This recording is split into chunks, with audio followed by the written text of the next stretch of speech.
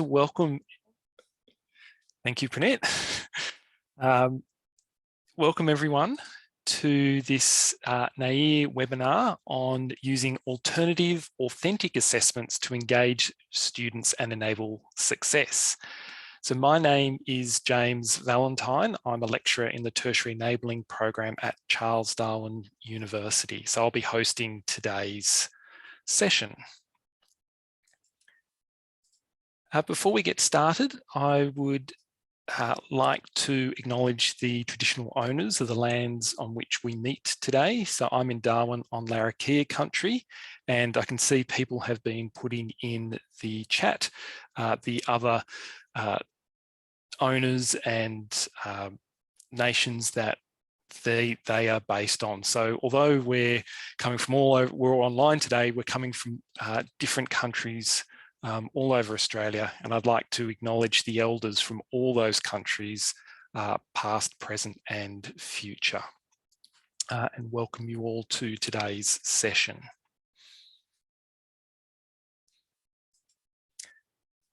Just a few little housekeeping things before we get started today. Feel free to post comments and chats, questions in the chat box as we go today. We will have some time for questions after each presentation. We'll have a few minutes available for questions, and we'll have a few minutes at the end for any last questions or comments that people would like to make. Now, we have three presenters for today's webinar. Our first presentation is going to be by Dr. Kerry Stimpson from the Southern Cross University College. Kerry teaches in enabling science and maths units, and she's especially interested in helping students build confidence and skills in the areas of STEM to enable them success with their future studies. Our second presentation is a joint presentation by Dr. Praneet Anand from the Queensland University of Technology and Dr. Ferris Dayoub from the University of Adelaide. So Praneet is interested in enabling students, particularly those who come from very underrepresented backgrounds, and does this through innovative assessments, particularly around using digital collaborative technologies. And Ferris teaches in robotics and researches in robotics. So it'd be nice to hear a little bit about that today. Should be interesting. And he's also interested in alternative assessments and how you can use alternative assessments to engage students. So just before we get started, I'll just say a little bit about assessments in enabling education.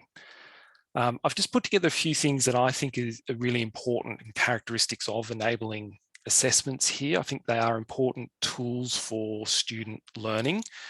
I had a new lecturer start with me this semester and said, James, we've got to make sure students know that the assessment is part of their learning. It's not something separate to learning. And I think enabling assessments are also about motivating students, encouraging them to explore and to take on the challenge of learning new things. And through this, we can build student confidence and we can build their academic self-efficacy and help them recognize and realize that they do belong in an academic environment and that they can succeed in an academic environment. So I am a firm believer that it's not just what we teach students that helps prepare them for their future studies. It's also about the assessment as well, how we assess them, how we mark them, how we give them feedback. All that helps to prepare them for their future studies too. And while we don't always, or while this is not a purpose of enabling assessment, they can be make or break points for students.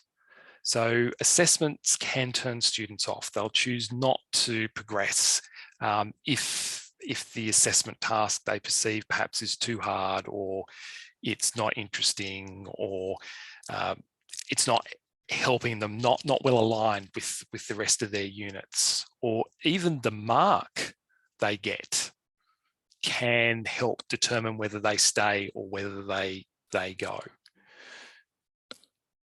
And I think this is where a lot of the words in the word cloud that I've put on the screen come in. This word cloud was put together by the special interest group on enabling assessments, just to describe how members of the group feel about enabling assessments. So things like empathy, compassion, success, kindness, supportive, humane, emotional, and so on, all those words all help to describe enabling assessment, but also help to support students and do all those other things, help to motivate their learning, build that confidence and academic self-efficacy, and help encourage them to continue within enabling and go on to their future studies then. All right, so I'm going to shut up now. I'm going to hand over to our first speaker, over to Kerry. And Kerry's going to talk to us about authentic problem-solving assessments in mathematics classrooms. So I will stop sharing. There you go, and over to you, Kerry.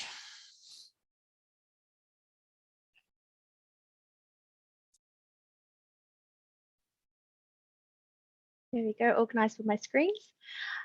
So wonderful.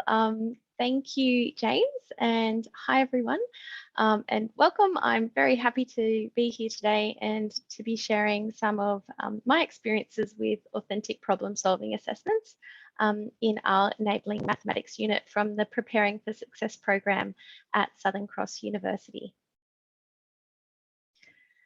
So I would like to welcome you to this part of the webinar by acknowledging the traditional owners of the lands that we are on while we meet online today. I'm presenting today from Bundjalung country, so I acknowledge and pay respect to the ancestors and descendants of the lands upon which we work, meet and study, and I'm mindful that within and without the buildings, the land always was and always will be Aboriginal land. So the unit I'm going to be showcasing today is our core enabling maths unit.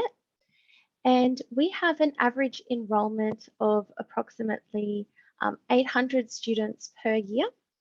They all arrive with great diversity in their maths experience and also with many anxieties and negative beliefs about their maths ability as well. So a core outcome we really want from this unit is for students to build their foundational math skills for their future studies. You can see I've got a screenshot of our online modules that cover our different topics that we provide. These are self-access online modules our students work through each week. And really importantly, we want the students to develop their confidence. So especially in applying these math skills to real-world problem solving. So to give an overview, there are 3 assessments that our students undertake. The first assessment is broken into 2 online quizzes.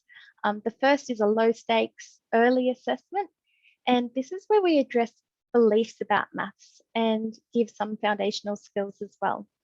Whereas the second quiz is developed later in the term and it's skill-based, and it gives the students the opportunity to assess their knowledge and skills prior to attempting the final problem-solving assessment.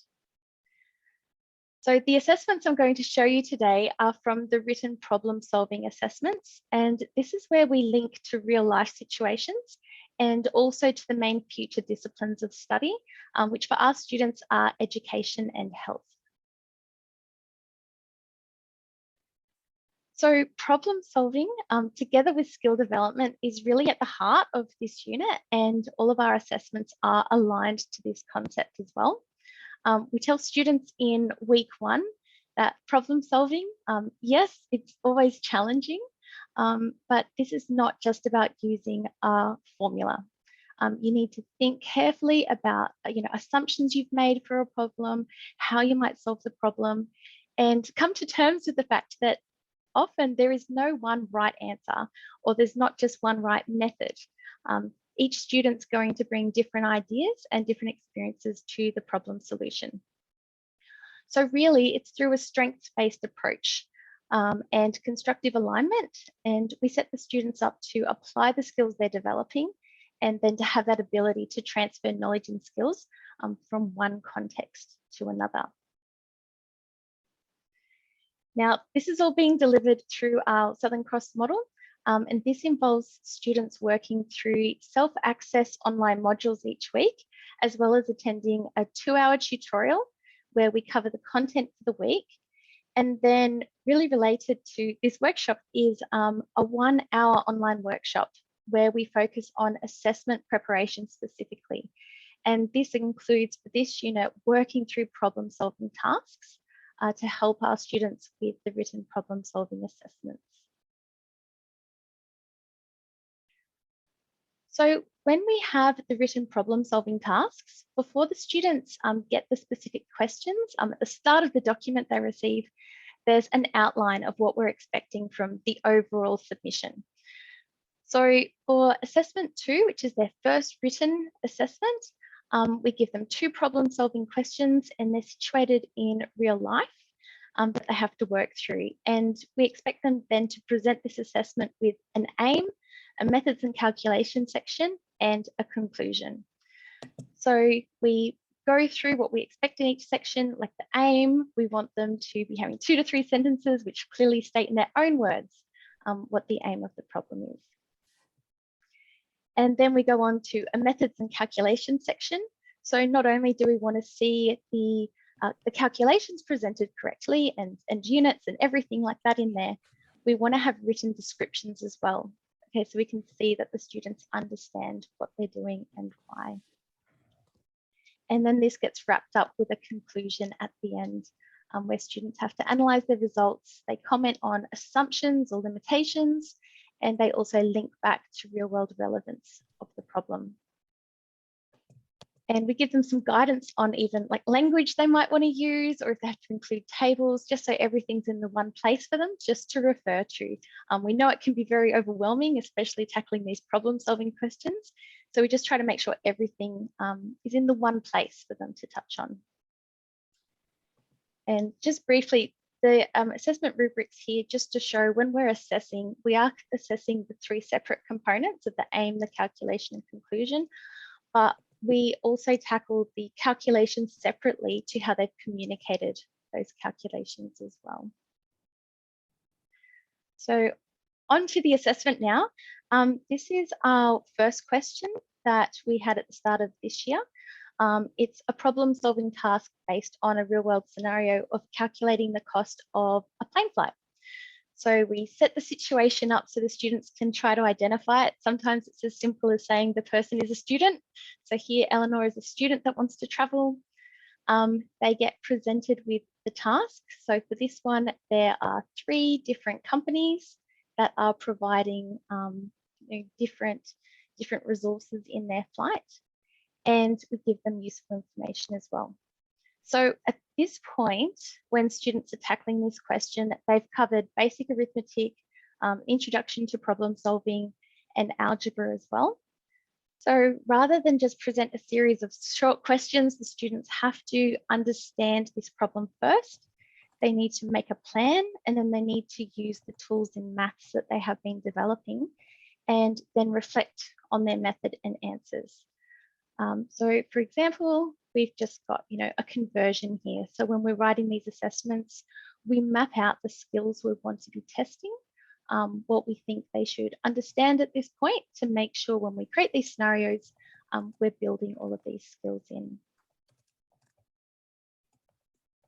So this is a table of information that the students receive.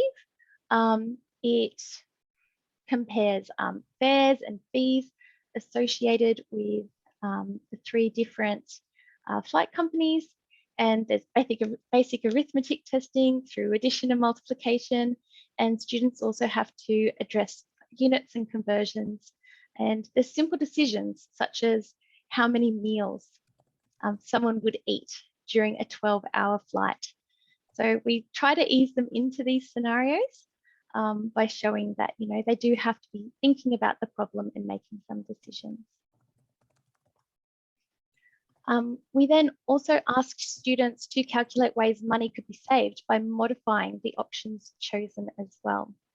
And at the end, we really value the conclusions that the students put together. So they're asked to reflect on this scenario in the conclusion where they have to analyze their results, describe their assumptions and the decisions they've made, and be justifying these as well, and then discussing the real world relevance to the question. And we certainly get varied answers come in through this, which just really shows that students are coming in with so many varied experiences into the unit. So there is a second part to assessment 2. There's another question where we start going into more of the algebra. They're doing questions on interest rates. So we do also have that, but for this webinar, I've just moved on to our final problem solving assessment, just to highlight some of the other skills and methods we're trying to build in.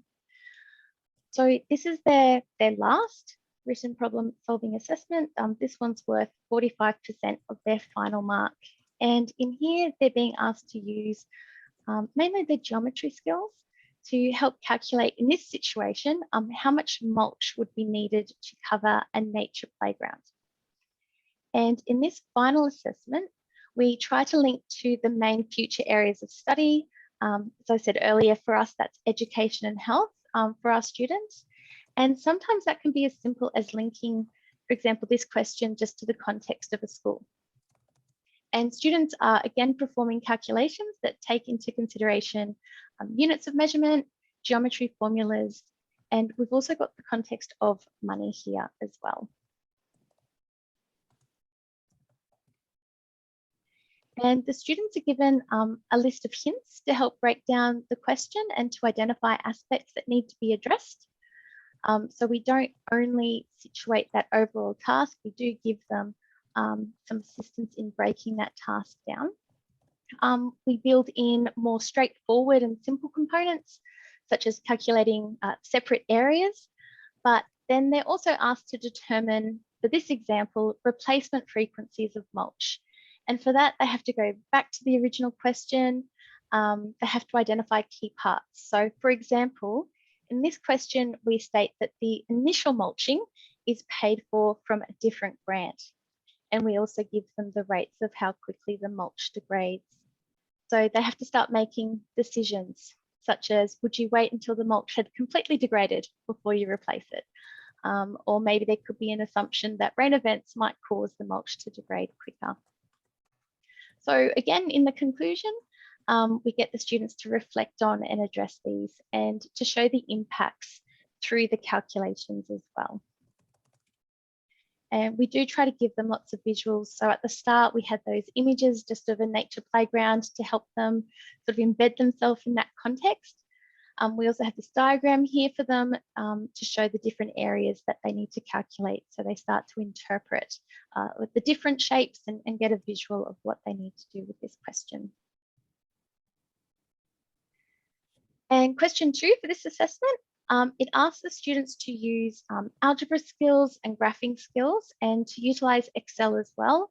To answer this question is about smoking trends. So this is our link then to their future studies in health.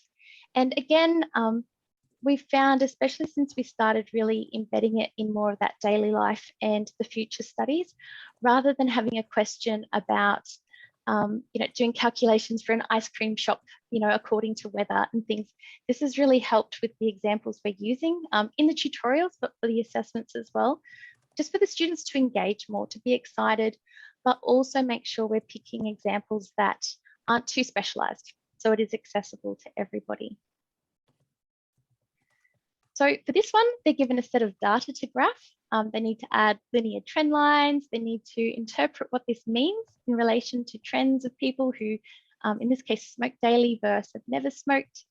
And in addition to this, they also have the task of interpreting graphs.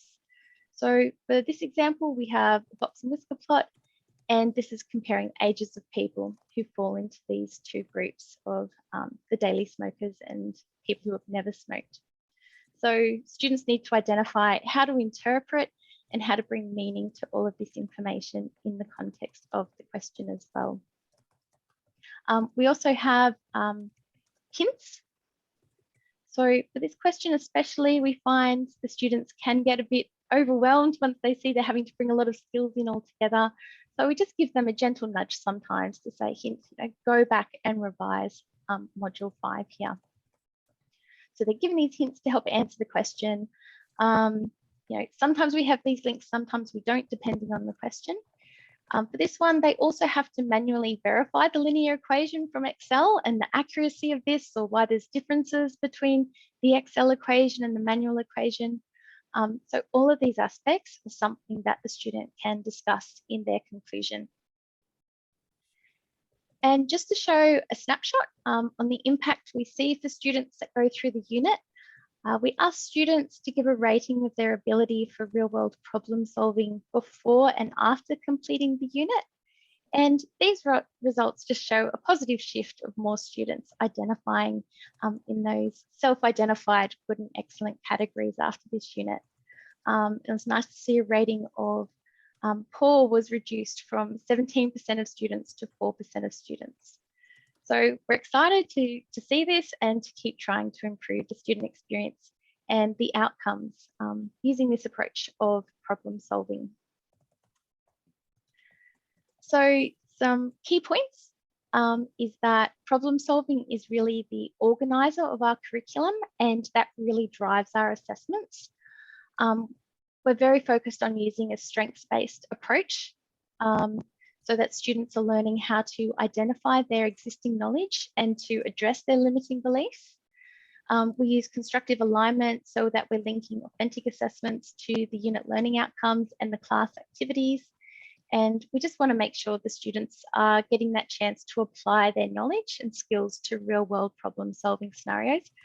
We make sure we do that right from the start of the unit, so they're practicing that skill. So that's a snapshot of what we're doing at the moment, and please let me know if you have any questions. Thank you, Kerry. That was great. There are some parallels between what you were talking about and what we were talking about in a meeting we had last week for the Enabling Assessment Special Interest Group on this problem-solving approach and linking it to real-world problems for students. So that's really good to see. And I also like how the maths it's the sort of maths they're going to encounter it. It's how they're going to encounter maths in their careers afterwards and in their everyday lives. You're not just going to be asked to do a problem like what's 47 times 53. It's going to be in the context of something, and it's using it to find a piece of information that's helpful to you. So it's using maths as a tool. So yeah, so really good. And see, Jan's got a question in the chat there about how much time would students have during class to work on assessments? Okay, so we don't allocate specific time for them to work on the assessment in class and to be getting that specific feedback. But what we do is we have our online assessment workshop every week, and we really make sure that that workshop, that 1 hour per week where you have your unit assessor there for you, is really tailored to breaking down those different components like aim, problem solving, the specific skills as well. Oh, and plagiarism. Springing to mind with this one, I just have to say it since it sprung to mind. We always love seeing the ones, especially with the surnames and the siblings come through and start submitting the same assessments. We find that the problem solving, it does help to, it certainly doesn't prevent, but it does help to minimize plagiarism. It can also be helpful to see, we get that written interpretation of the question and then also seeing the calculations. So sometimes it's more obvious to spot when the calculations have the same errors, but with the written components too, we really see how they've personally identified different components. I can see Kelly's question about maths anxiety. Are there particular aspects of the task design or strategies you use that seem to have improved things for students with maths anxiety? So especially in week 1, we really focus on growth mindset and showing students that their abilities are not fixed, that they do have that room to grow, that there's other factors at play, their effort, their values as well. That's going to have an impact. I've had an art student who came through that I could, didn't matter how many examples I gave her, I could never convince that it was going to be related to art, even with all my evidence there. So she didn't have that value, and she didn't engage with the content. So it's in my mind. I'm still keen to tackle that one day and build it into the unit. But we do see, especially at the start, and just even anecdotally from being in class, when in that first week, we really try to build that confidence and that really safe space, and to do funny examples or to make mistakes and see that the world didn't end. It's okay, this is how you learn. And we really focus on the research and sharing the research that we learn through making mistakes. So you're meant to be making mistakes. If you're not making mistakes, now you're doing it wrong because you're not extending yourself, you're not pushing yourself. So really having that emphasis in that first week. And then when they get their results back from the assessment, we debrief. And we really make sure that they know that their marks are not a reflection on who they are as a person. This is just part of their journey. We really emphasize that. Jen, do you have any assessments that are quiz exam based, open book exams? Yes, so at the start, I might have too many slides, I'll flip back. We do have 2 quizzes. And so they're worth 5 and 15%. And then the problem solving assessments definitely make up the vast majority of the marks. So that first assessment being 5%, it's really just that low stakes assessment just to get them even used to the format. Doing online quizzes, we have questions based on videos about making mistakes, but we also have questions on maths as well, so they are getting used to it. Dominic, about students asking where our maths enabling courses are. We say it's roughly end of year 10. Yeah, look, I would say the same for us. Dominic, we certainly would be, overall, we would be at that level. We do bring in sometimes a touch of other things, or especially we have a lot more engineering students come through now, and currently trying to work on how to tailor some extra activities for them as an option so that they can extend themselves a bit more. I don't know if we'd be doing that through assessment, but yeah, we end up with such a range of students, like I'm sure we all do, where some are terrified of an orange cut up on the screen, which is representing a fraction, and other students who go through the whole course saying, why did I come here? This was all really basic. So I'm always keen to see what other strategies people have as well. But yeah, I'd say we're at the same level. I've got a question, Kerry, if you don't mind. Some of the examples that you've given, particularly around scaffolding students and sort of little pointers where they could go back and revise and things like that, I think that's just brilliant. I think we unfortunately don't do more of that type of signposting when we get students to do assessments. The question I have is, often students are not used to some of the style of assessments that you are creating. So students might be coming from high school or wherever kind of thing, where they have often engaged in some of the more black and white, if you like, type of mathematical assessments kind of thing. How do you transition them, or is there any particular challenges that you have experienced transitioning students from that kind of expectation to the more engaging and more problem-solving, authentic assessments in your setting? Yeah, thanks. That's a great question. I think we often see that the biggest hurdle is convincing them it's still maths and them seeing the value in that to begin. So we have in our online modules, in our online modules, we actually have a problem-solving question presented at the start of each of those modules. And we say, just write down a few thoughts on it, don't solve it yet. They go through the content, and then at the end, we present the problem again for them to actually work through online and to submit calculations and thoughts and words and get feedback. And something that we're just starting to do, it's in there a little bit, but I really want to signpost more, is helping them to self-identify the skills that they've then picked up in that. And we really do try to, that's why we really try to link to their future areas of study, especially in the classes. We have a lot of nursing examples to show that you will actually be using this.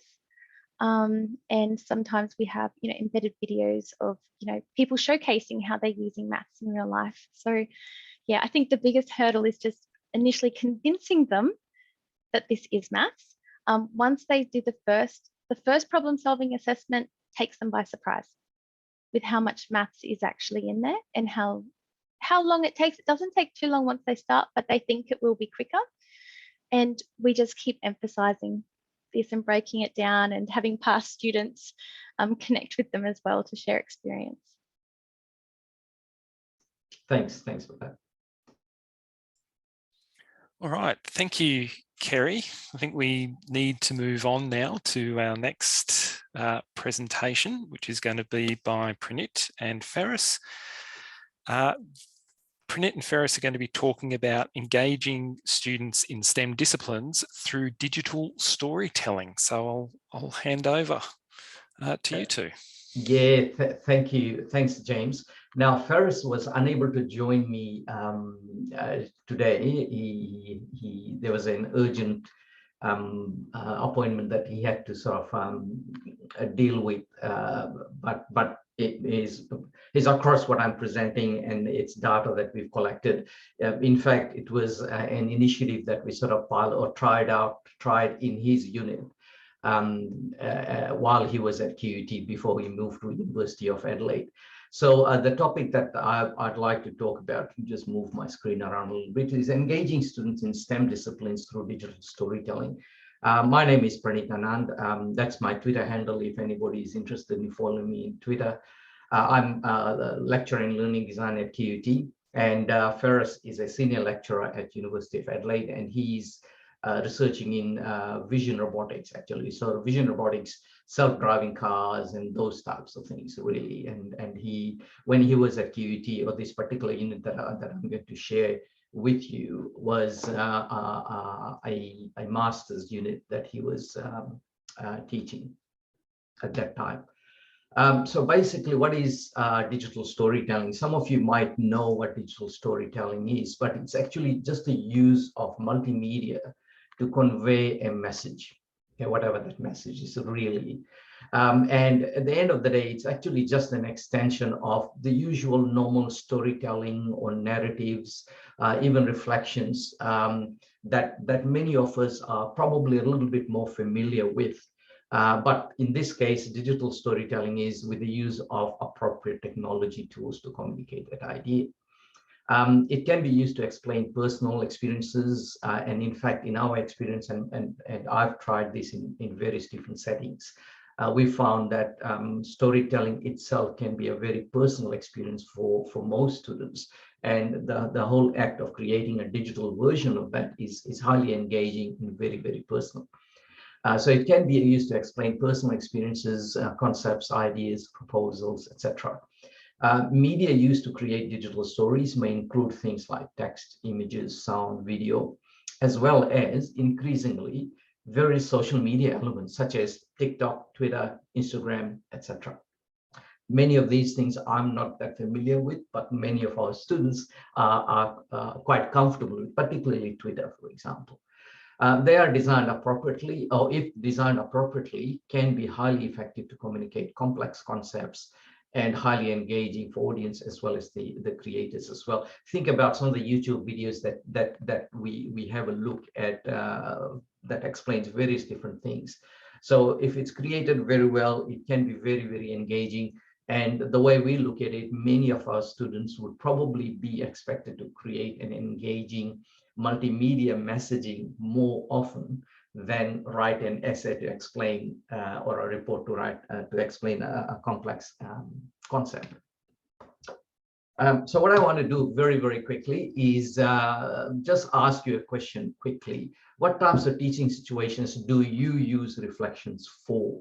If you've got a mobile phone, you can scan that QR code over there, and it'll take you to a little thing there, and you can just very quickly type in the situations where you use reflections for.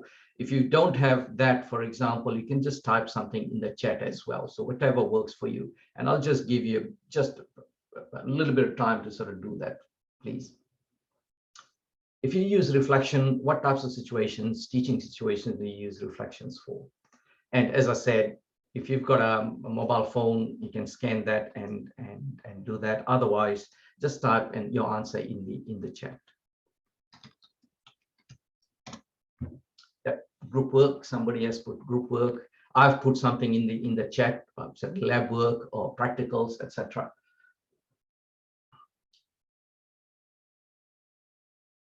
Authentic scenarios, very good. Yep.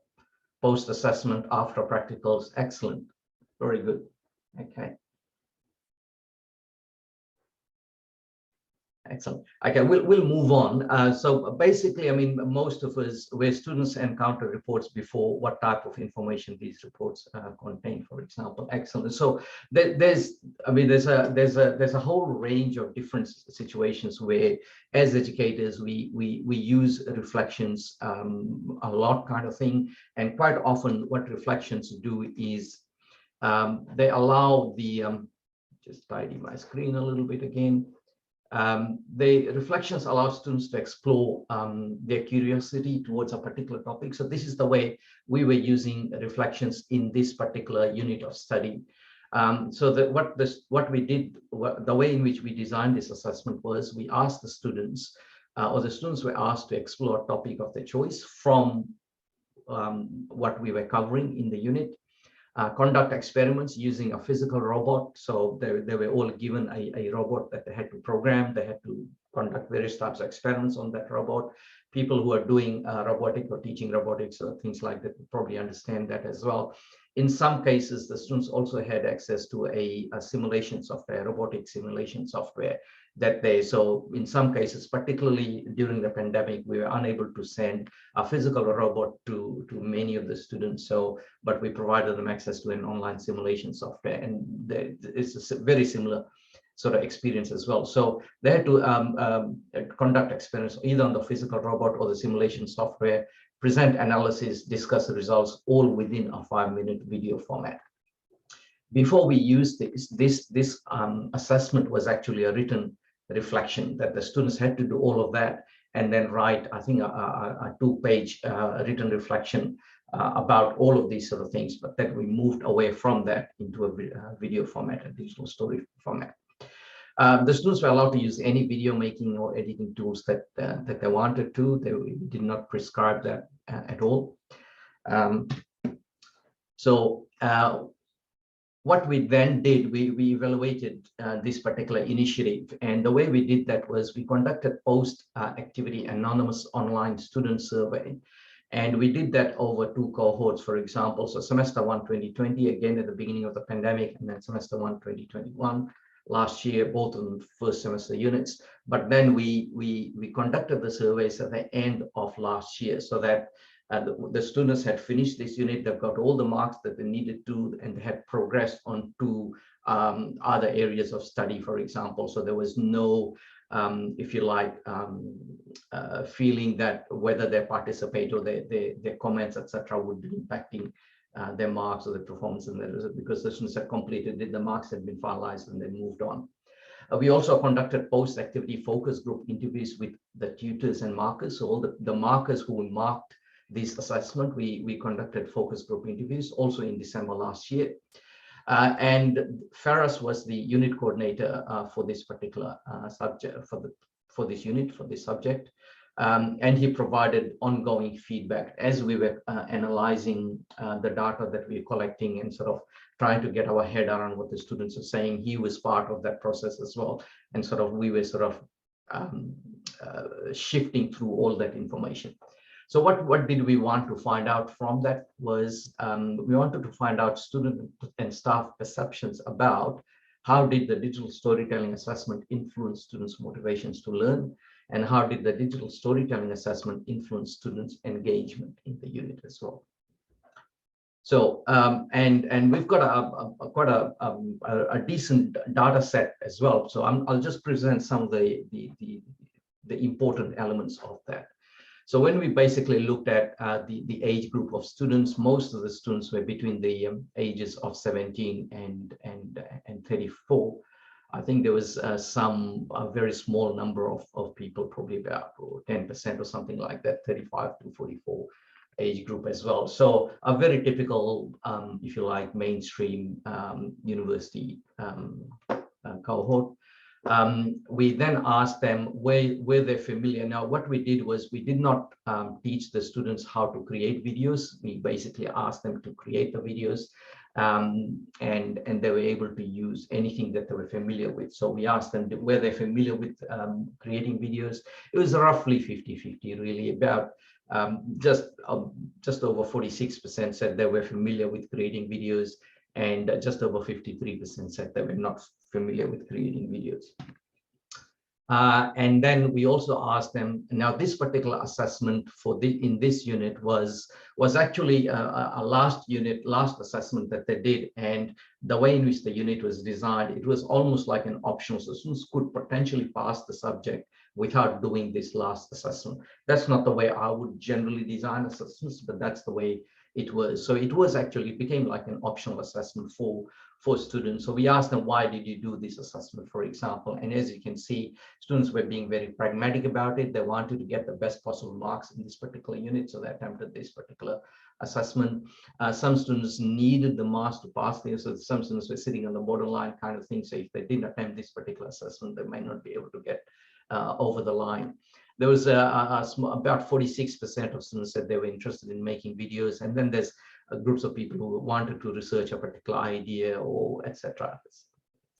But as you can see, students were being very practical in terms of how they choose to do this assessment.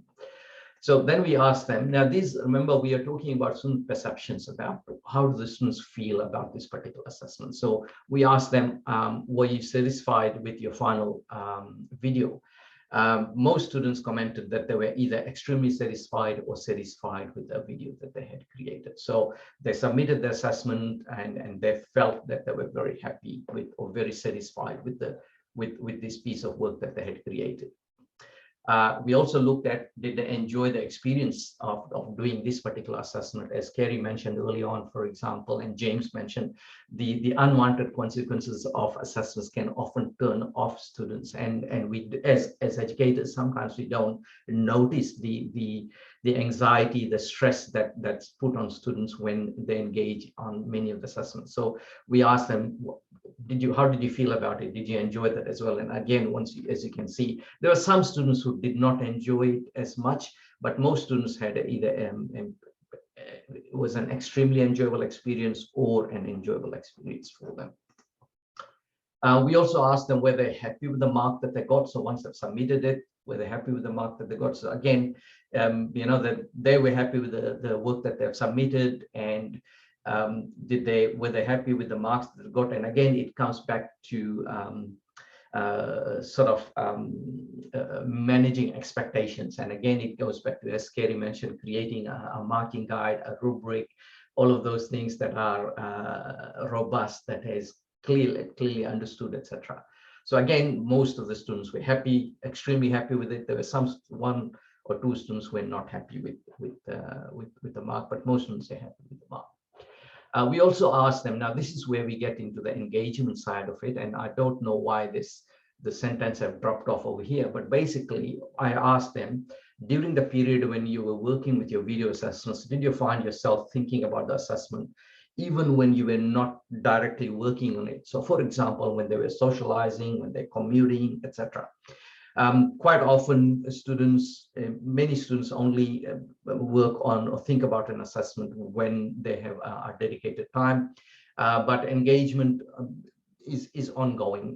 It's across a spectrum. So as you can see over here, for example, most of the students were It's almost 90%, just over 90% of students, for example, were either thinking about it or quite likely to be thinking about this assessment even when they were not directly working on it. And this is where things get really interesting. So student comments about this particular assessment. So and these are I just copied it directly and dropped it in here. So it can be boring to write a report, etc. So I like making videos and using different elements in it. Yes, it was interesting. It was an interesting challenge to cover complex concept in a 5-minute video covering complex topics to a technical and non-technical audience is an important balance to achieve. And these are the stuff the students are writing after they've completed this assignment. You have the freedom to present your work both verbally and visually. Yes, more assignments should be like using videos. I felt like I was creating something as opposed to just being forced to attempt to replicate details on a task sheet. I should point out, though, that without a solid idea on what to create, I would have likely struggled with this assignment. So again, it goes back to the assessment design and providing the appropriate support to the students. Again, just some final comments from the students. I'm not sure if more assessments are like this, but I feel it would help many more students if it was. Good assignment, hope more assignments are like this as well. So these are students who obviously like this particular assessment. Now, I'm not going to ask you to do this one, but I just want you to think a word that describes how you and or your markers feel about marking. I'm sort of aware of the timing, so I don't necessarily expect you to do this. Just think about how do you or your markers feel about marking. In my case, for example, generally not very good. It's almost a chore. So when we interviewed the tutors and the markers and we asked their responses about their marking experience and their perceptions about how the students performed, and these were some of the comments that we picked up from those interviews. So things like the marking was a positive experience compared to marking other types of assessments. The tutors were saying they would rather mark this type of assessment than any other more traditional types of assessments. Video assessments are easier to mark and can be fairer for the students. Students learned a lot, learned to internalize the various concepts and learnings more effectively as they were choosing the topics themselves.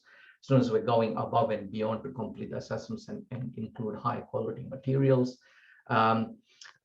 Students who had attempted this assessment, and this is what the tutors are commenting. So students who attempted this assessment were generally not very high performing students. I mean, these people have been marking these assessments for a long time. So they've got a general idea about the types of students who attempt this assessment, but they enjoyed it and ended up getting really good marks as well. The tutors were less concerned about plagiarism and cheating than any other types of assessments. They thought it was much harder for students to cheat in this kind of assessments. Look, as plagiarism is, you cannot completely remove that completely, but you can make it harder for students to cheat. Much more confident that the work submitted with the students' work, we should use this type of assessment more widely in higher education and in STEM. More generally, we are still doing a lot more analysis, a bit more analysis about it to try and understand the nuances around some of the student activities, but not just this unit, comparing the data that we're collecting across a number of units as well. Based on the data that we have collected so far, we could see that the students were a lot more engaged in these assessments. We could see the students' outcomes had improved compared to previous written reflections that they were doing. And there were generally a lot less concerns around academic integrity in this particular assessment. And on that note, I'll probably stop there and let me just stop my share so that I can bring that. And any questions, I guess? Yeah, there's a few questions and comments in the chat there, Praneet. Yes, okay, sure. I'll start with Kelly. What percentage of the whole cohort completed this assessment? So it's about, we looked at, it's about 50 to 60% of the students attempted this assessment of the whole cohort. I think the whole cohort, as I said, it's a very specialized master's unit, vision robotics. We don't get unlike Kerry, 600 or 800 students coming into this particular unit, I think we had about 80 or thereabout students overall. The number of students who attempted this particular assessment were about 60, 68, I think, or something like that, and the number of people who participated in the surveys and etc. were about half of that, about 30%, not 30, about 30 students, about 50%. I enjoyed marking audio recording assessments that I ran much here. Way to measure engagement. Could those invading thoughts be related to the stress of the assessment? Yeah, Anna is asking, interesting way to measure. Could those invading thoughts yes, assessments do cause a lot of stress, and my approach to assessments is, if we can sort of remove the stress that's associated with students undertaking assessments, we are more likely to get to see students or better quality performance, better quality input from the students if you can do that. I'm interested to know what sort of STEM topics. So Jessica, the unit that, as I mentioned, was master's level vision robotics, and within vision robotics, I'm not a vision robotics person, but they were looking at various different types of algorithms that is used to sort of identify how to use vision robotics. If there's engineers on screen at the moment, you probably understand, but they were picking up topics from that vision robotics unit itself. So it wasn't picking up any topics from STEM, wide-ranging topics. It was just within that particular topic. Tamra, how did you mark these assessments? Yes, we had a rubric actually, Tamra. What criteria were you assessing? Now that's a very, very good question actually. And when I was putting this presentation together, I wanted to include that here as well. Ferris, for whatever reason, had slightly different ideas around that. But what we did was we were not measuring students' video creating abilities. We had very clear criteria that was basically assessing the students' ability to analyze, very similar to what Kerry shared early on, the way the students were analyzing, the students were experimenting, the way in which the students were sort of trying different options, etc. So we were looking at the students' experiments rather than the quality of the videos. But at the end of the day, the videos were very, very good quality as well. So yeah, we marked it based on rubrics as well. But we also spent, so there's another area around that is the way in which we communicate the expectations to the students and vice versa.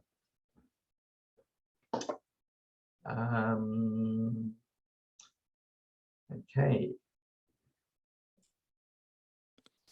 Well, I liked the fact that students get some choice in what they're doing, how they actually do the assessment. And I think if you translate that to the enabling space, that could really help boost students' confidence, lower anxiety, because they can do something in a way they're comfortable with, as opposed to us dictating how they do it. So yeah, that's, I think, and it gives them some ownership of the assessment then too. Yep.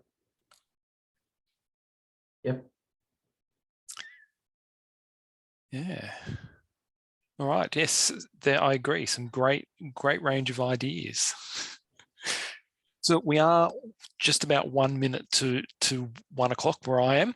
So I think we should wrap things up there then. I just want to say thank you very much to our presenters today, to Kerry and Pranit. Good to see some people, yeah, really appreciating the what you've presented and the ideas that you have presented today. So yeah, thank you very much for doing that and taking time out of your busy schedules to put together the presentations for today. And just thank you to everyone for coming as well and joining us today. I'm glad to see so many of you found it a really useful session. And hopefully we will have another really interesting webinar in the not too distant future for everyone. Yes, absolutely. But just a final note, as you know, we did record this session and we will be sharing it through the NAIA website as well, and keep an eye out on the NAIA website for our other upcoming webinars as well. We hold them once a month, and then we've got our annual conference coming up at the end of the year as well, so keep an eye out for that as well. And thank you.